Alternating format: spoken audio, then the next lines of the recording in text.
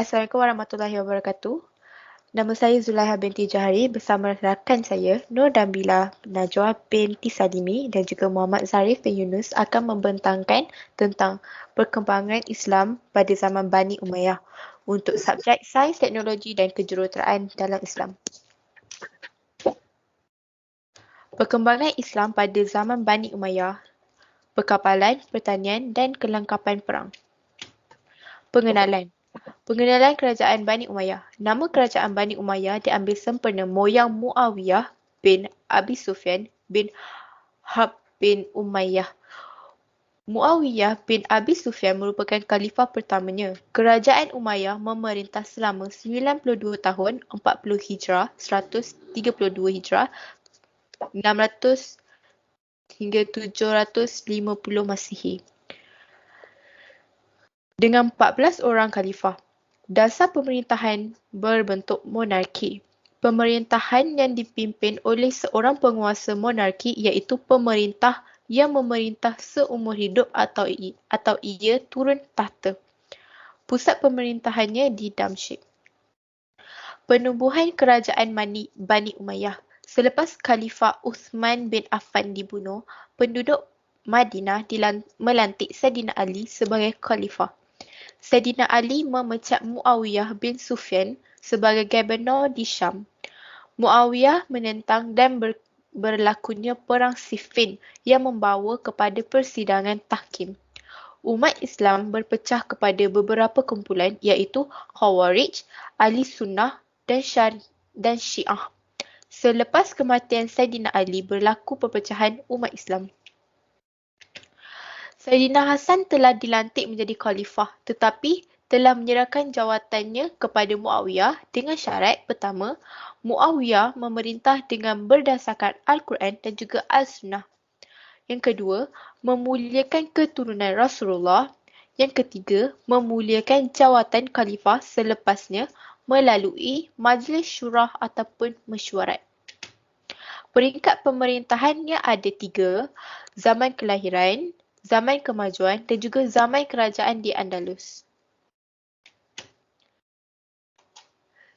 Zaman kelahiran bermula pemerintahan Muawiyah bin Abi Sufyan 40 hingga 60 Hijrah bersamaan dengan 660 Masihi hingga 680 Masihi dan berakhir dengan pemerintahan Muawiyah bin Yazid pada 64 Hijrah bersamaan dengan 684 Masihi yang berpusat di Damsyik.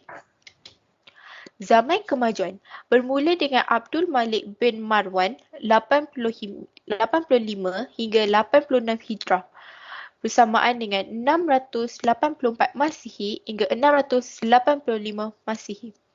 Hingga ke zaman Marwan bin Muhammad sama dengan 127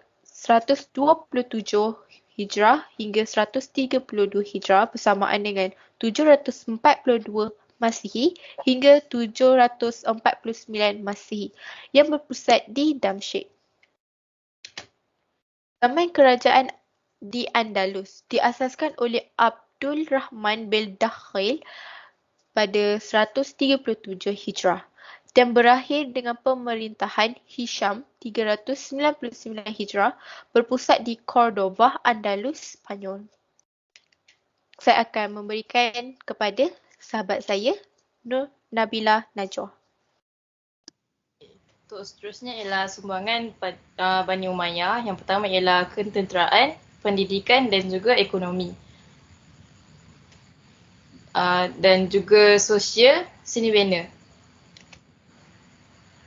Okay, untuk bahagian ketenteraan, dia dibahagikan kepada 5 bahagian iaitu pasukan hadapan, Al-Muqaddimah, sayap kanan, Al-Maimanah, sayap kiri, Al-Maisarah, pasukan belakang, Sakatul Zaisi dan juga pasukan tengah, Kalbi Al-Zaisi.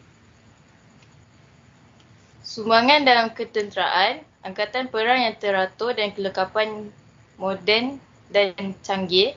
Angkatan tentera terdiri dari berkuda, berkenderaan dan berjalan kaki. Seterusnya, angkatan tentera dilatih berperang pada musim panas dan sejuk, mempunyai 1,700 kapal perang, membina pangkalan tentera laut yang berpusat di Tunisia dan pelabuhan di Syria dan Iskandaria dimajukan sebagai pangkalan perang.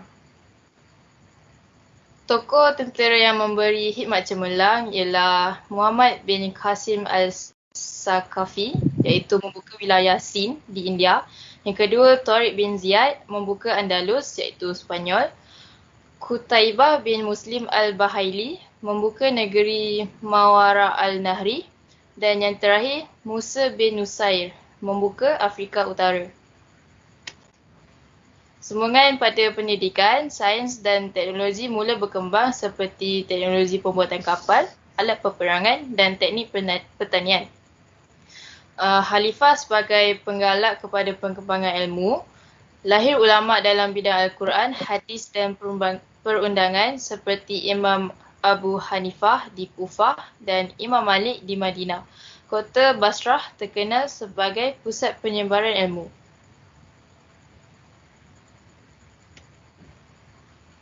Antara tokoh yang lain ialah Khalid bin Ahmad, yang kedua Sibawi iaitu dalam bidang ilmu bahasa Arab, dan yang ketiga Abu al-Aswad al-Duali memperkenalkan bunyi baris atas, baris bawah dan baris hadapan. Ia diperkenalkan bagi membantu membaca Al-Quran dengan betul. Sumbangan dalam pendidikan, sastrawan turut mendapat tempat di Istana Khalifah seperti Al-Faradak, Jahir Amru bin Abi Rabiah dan Zamil Al-Azri. Yang kedua, penyebaran ilmu nakli seperti ilmu tafsir, qiraat dan tauhid, dan ilmu akli ialah mantik, hisab dan geografi berjalan dengan lancar. Yang ketiga, kegiatan menulis, pembukuan dan pembinaan perpustakaan telah berjaya mewujudkan beberapa disiplin ilmu dikenali sebagai Al-Tadwin. Yang keempat, majlis dan istana Khalifah menjadi pusat pendidikan yang penting, dan yang terakhir, Darul Hikmah adalah pusat pendidikan yang terkenal.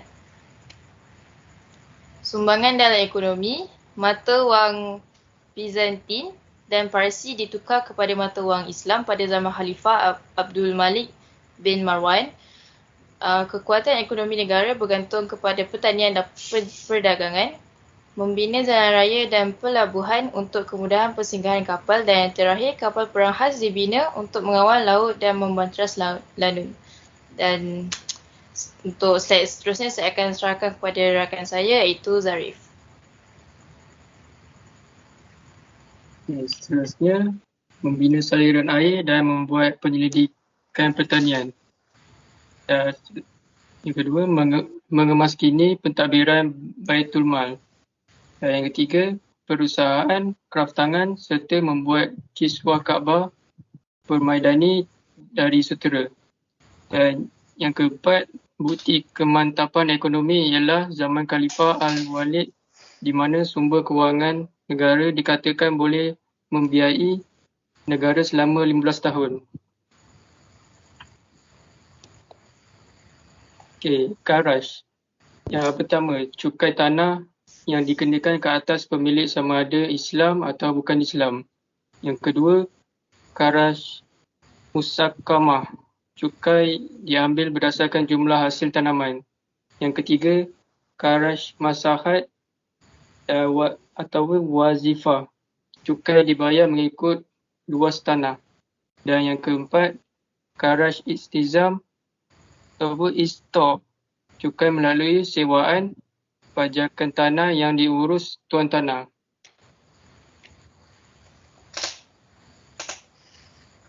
Seterusnya cukai. Yang pertama, jizyah.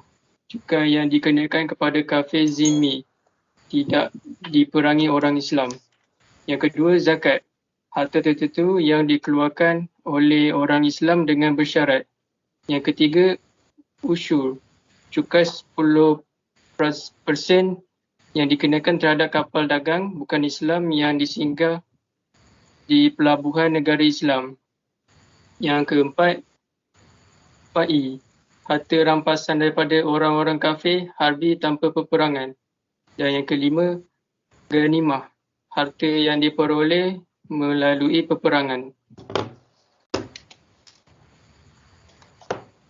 Seterusnya sosial. Yang pertama, hubungan baik antara pemimpin dan rakyat.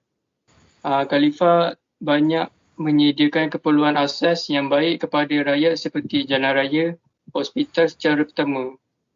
Dan kedua, taraf kesihatan turut meningkat. Dibina hospital pada zaman Khalifah Al-Walid bin Abdul Malik dan Hospital Qusta pada zaman Khalifah Umar Abdul Aziz. Dan yang ketiga, di zaman Umar, kedudukan kadi-kadi hakim telah diletakkan di taraf yang terhormat dengan kuasa-kuasa yang agak luas.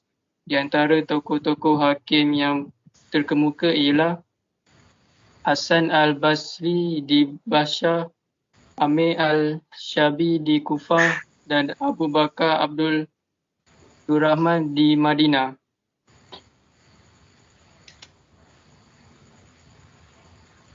Seterusnya, kemudahan sosial. Yang pertama, membina Masjid Umawi yang indah di Damsyik serta memperbaiki Masjid Nabawi di Madinah dan Masjid Al-Aqsa. Membina hospital dan mengadakan jaminan hidup kepada anak-anak yatim, orang-orang cacat, buta dan berpenyakit kusta. Dan yang ketiga, membina jalan raya dan perigi-perigi di wilayah-wilayah pemerintahan Islam. Dan yang terakhir, memberi nafkah hidup kepada para pelajar dan penghafaz Al-Quran.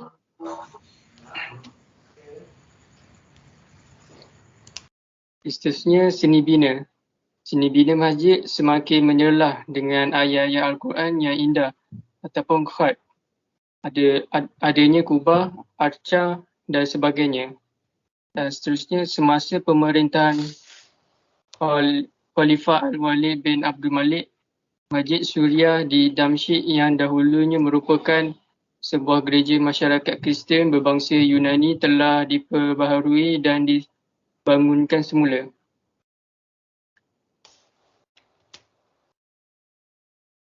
Dan yang ketiga, pada zaman pemerintahan beliaulah bermulanya pembinaan unsur-unsur bangunan masjid secara lengkap seperti mihrab, menara, tiang dan dinding serta atap. Dan yang keempat, beliau telah membina pejabat-pejabat kerajaan dan juga beberapa bangunan bagi mengindahkan kota Damsyik dan memelihara Masjid Nabawi di Madinah, Masjid Al-Haram di Mekah dan Masjid Al-Aqsa di Bait Al-Maqdis.